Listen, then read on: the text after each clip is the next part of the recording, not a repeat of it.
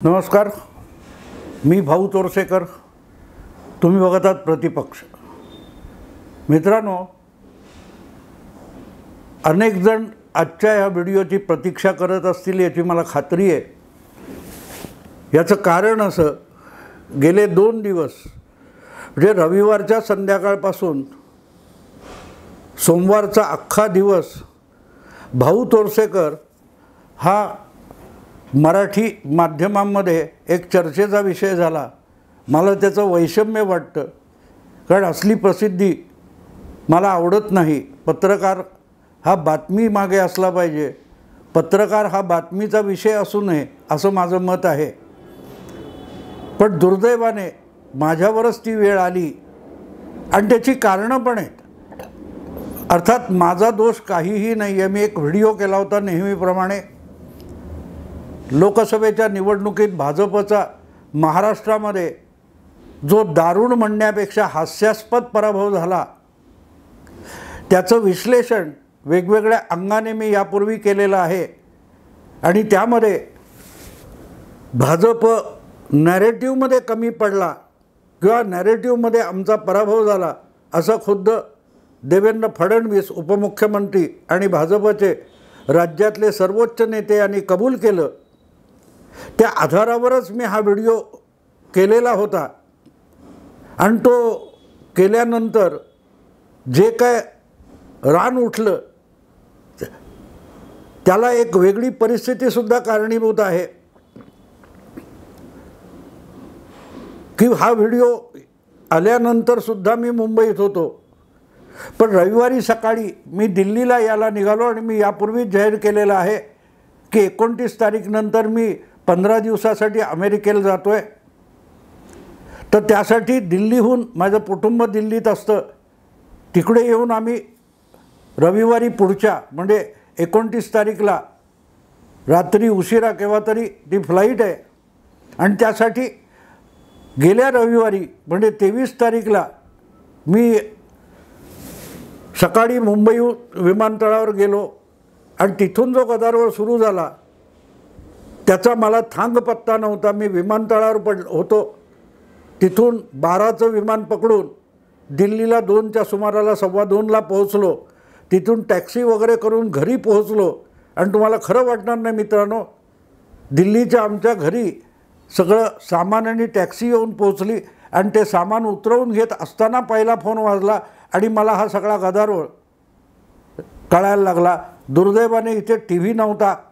म्हणजे T V आहे पण तो बातम्या वगैरे चॅनेल चालू नसल्यामुळे अख्खा दिवस रविवारची संध्याकाळ मला काय बघता आलं नाही. काही फोन येत होते, कळत होतं काहीतरी गदारोळ चालू आहे. आणि सोमवारी तर अख्खा गदारोळ सुरू झाला होता. पण त्याचं कारण मी नव्हतो. महाराष्ट्रातल्या भाजपातली दिव्य स्पंदना कोण वगैरे अशा शीर्षकाचा जो मी लेख केला होता त्यात ओझरता असा श्वेता शालिनी यांचा उल्लेख होता.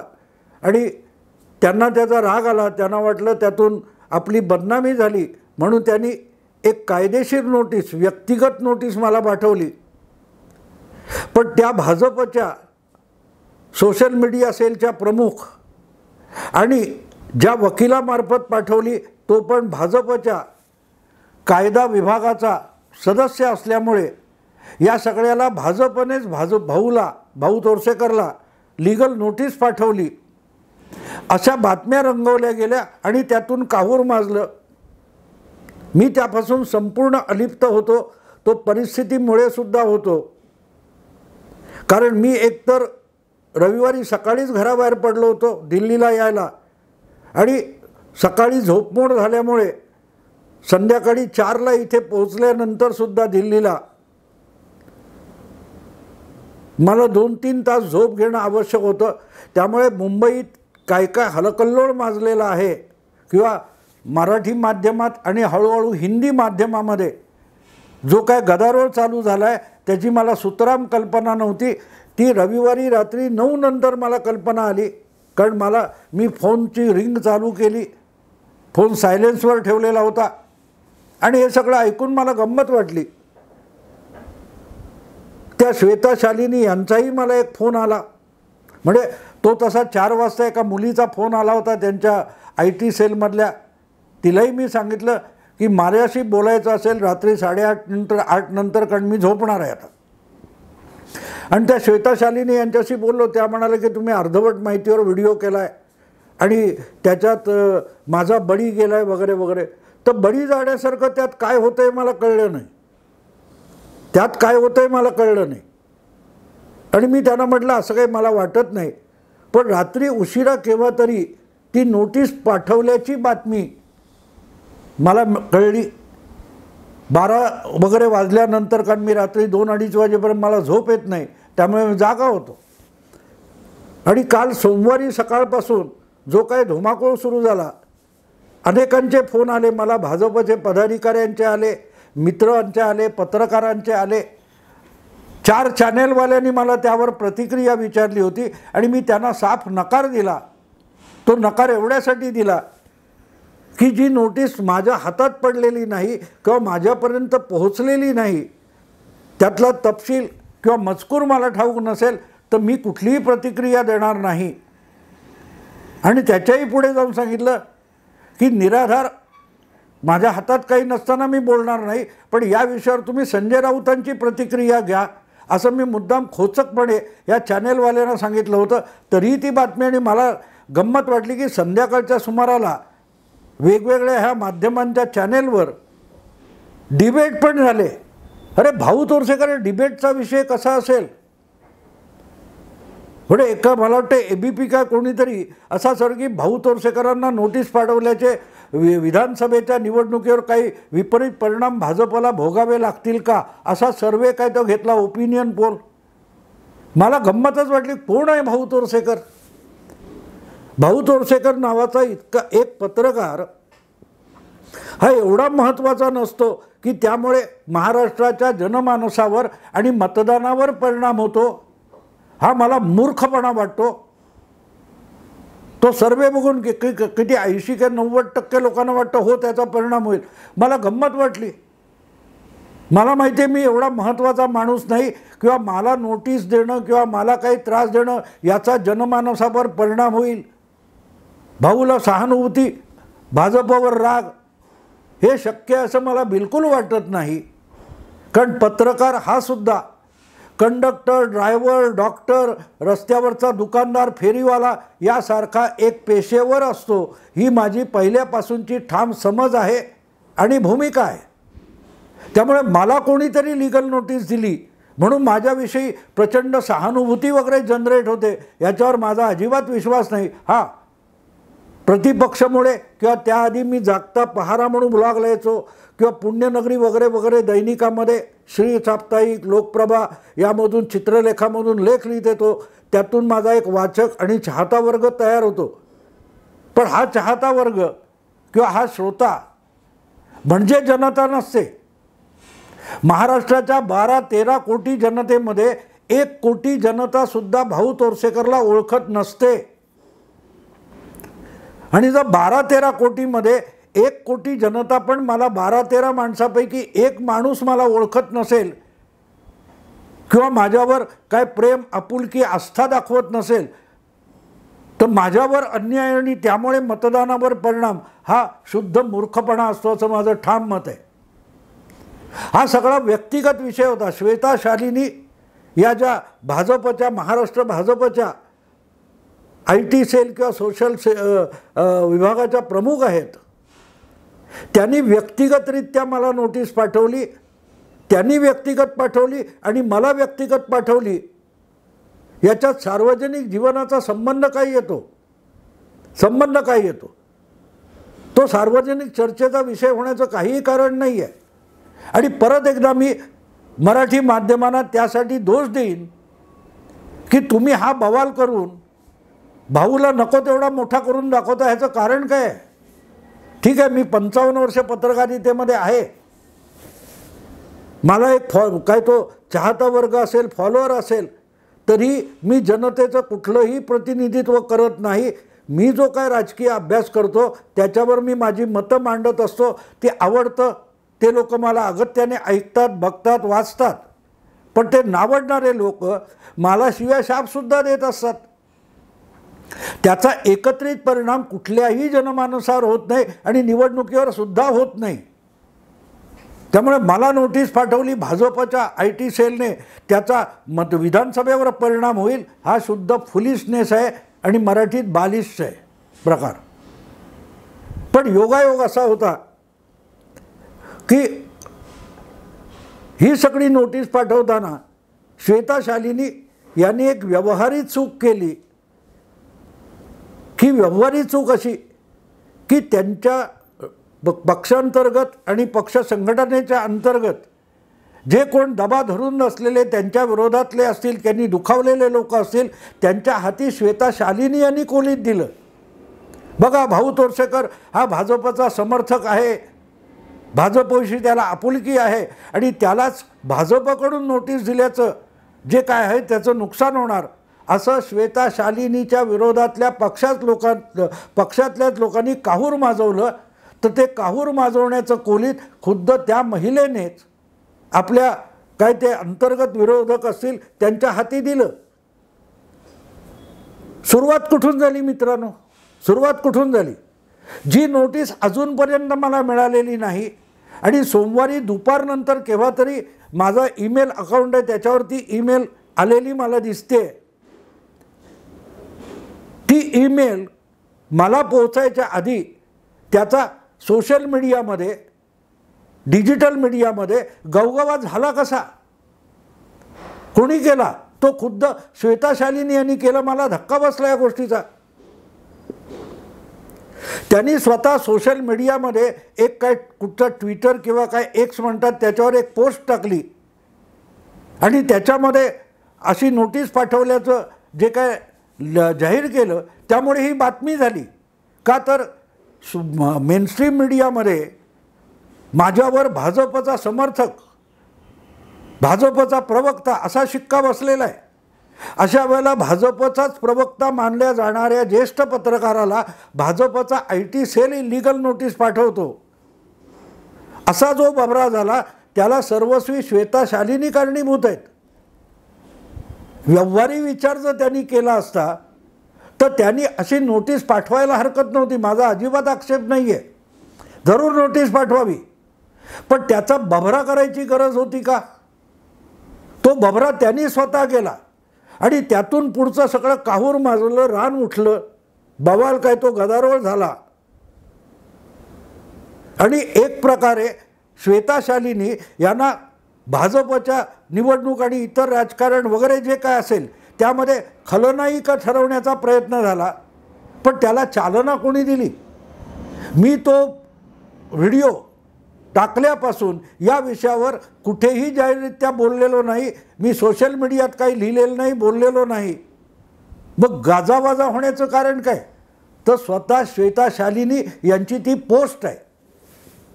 काय एक काय कुठे त्यांनी टाकली होती ती, त्याची काय गरज होती मला कळलं नाही. एक साधी गोष्ट आहे मित्रांनो, एखाद्या पक्षाच्या किंवा संघटनेच्या सोशल मीडियाचा प्रमुख म्हणून जो माणूस काम करतो त्याला त्या सोशल मीडियामध्ये काय टाकलं तर काय परिणाम होतील याची पूर्ण जाण असायला पाहिजे. श्वेता शालिनी या दीर्घकाळ जर टेक्निकल आणि या सोशल मीडिया, डिजिटल मीडिया यामध्ये काम करत असतील तर त्यांना आपण अशी पोस्ट टाकल्याचा काय परिणाम होतो याचं भान नव्हतं. मी अलिप्त बसलेलं आहे आणि संपूर्ण जवळजवळ दोन दिवसपेक्षा अधिक काळ, कारण मी आत्ता हा व्हिडिओ करतोय तेव्हा 2:30 दुपारचे वाजलेले आहेत, मंगळवारचा दिवस आहे. त्यांनी ती पोस्ट टाकल्याचा जो गदारोळ होईल याची त्यांना पहिल्यांदा कल्पना पाहिजे. कारण सोशल मीडियातले एक्सपर्ट म्हणूनच तुम्हाला एखादा पक्ष त्या विभागाचा प्रमुख करत असतो. आणि कशासाठी असतो सोशल मीडिया हा आता 4-5 भागात मला विषय विस्तारून सांगायला पाहिजे. एक प्रकारे भाजप बाजूला ठेवा, श्वेता शालिनी यांनी अशी पोस्ट टाकून लीगल नोटीस नाही म्हणत, लीगल नोटीस जरूर पाठवावी, पण तो व्यक्तिगत विषय होता, त्याची जाहीर वाच्यता करायची गरज नव्हती. आपण हे सोशल मीडियात टाकलं की बघता बघता ते व्हायरल केलं जाऊ शकेल याचं भान त्यांना पाहिजे होतं, कारण त्या विषयातले एक्सपर्ट आहेत, विशेषज्ञ आहेत, स्पेशालिस्ट आहेत. आपण जे करतोय ते सगळं बुमरँगसारखं आपल्यावर उलटेल याचं पण भान नसेल तर मग भाजपचा सोशल मीडिया सेल योग्य हाती आहे का याचा पहिला विचार करायला लागेल, याचा पहिला विचार करायला लागेल. आणि म्हणून मी माझ्या त्या व्हिडिओत सुद्धा सांगितलं होतं की डेटा म्हणजे मुर्दा असतो, डेटा म्हणजे माहिती असते, पण माहिती ही मृतप्राय असते, निर्जीव असते. कार्यकर्ता हा जिवंत असतो, तो स्वतः विचार करू शकतो, तो कार्यकर्ता असतो. आपण अशी पोस्ट टाकल्यानंतर त्याचे काय काय परिणाम संभवतात याचा विचार जर न करता ती पोस्ट टाकली गेली असेल तर श्वेता शालिनी यांनी पायावर कुऱ्हाड मारली नाही तर कुऱ्हाडीवर पाय मारलेला आहे. कारण तो सगळा बुमरँग होऊन तो विषय त्यांच्यावर उलटला, त्यांनाच खलनायक ठरवण्याचा प्रयत्न केला गेला. मी त्यांना माझ्या व्हिडिओमध्ये कुठेही खलनायक बनवलेलं नाही. मला ज्या भाजपच्या कार्यकर्त्यांनी तक्रारीच्या स्वरूपात कोण श्वेता शालिनी असा प्रश्न विचारला होता तेवढाच ओझरता उल्लेख माझ्या व्हिडिओमध्ये आहे.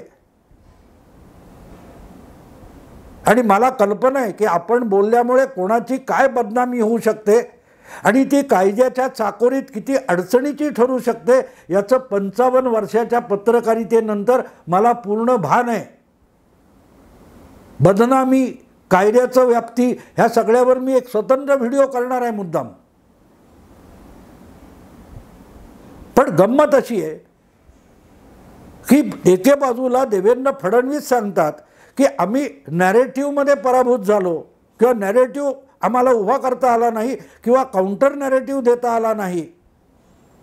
अशा वेळेला तुमच्या नॅरेटिव्हची जबाबदारी ज्यांच्यावर आहे अशा व्यक्तीने स्वतः विरुद्धच नॅरेटिव्ह उभा केला, व्यक्तिगत, भाजपचं सोडून द्या. पण या एका पोस्टमुळे श्वेता शालिनी यांनी स्वतःच्या विरुद्ध काहूर माजवलं जाईल असा एक नॅरेटिव्ह त्या एका सोशल मीडिया पोस्टने उभा केला, ज्या पोस्टमध्ये सांगितलं होतं की अशा अशा कारणामुळे भाऊ तोरसेकरांना लीगल नोटीस पाठवलेली आहे. भाऊ तोरसेकर शांत घरात बसलाय आपल्या खुराड्यामध्ये. सगळं उलटलं कुठे बघा, सगळं उलटलं कुठे. म्हणजे तो व्हिडिओ जो मी पहिला केलेला आहे ज्याच्यावर श्वेता शालिनी यांचा आक्षेप आहे तो किती योग्य होता हे कळतं की भाजपचा सोशल मीडिया सेल हा विरोधी पक्षांसमोर आव्हान उभं करणारा नॅरेटिव्ह देणं किंवा विरोधी पक्षांच्या नॅरेटिव्हला उत्तर देणं हे पार विसरून गेलं आहे. तो स्वतःच्याच विरुद्ध नॅरेटिव्ह उभा करतो, किंबहुना ज्या व्यक्तीच्या हाती तो सगळा अधिकार आहे त्या श्वेता शालिनीने एका पोस्टमधून स्वतः विरुद्ध नॅरेटिव्ह उभा केला. काय गरज होती त्याची? त्यांना माझा राग आला असेल, माझ्या त्या व्हिडिओचा राग आला असेल, मान्य आहे.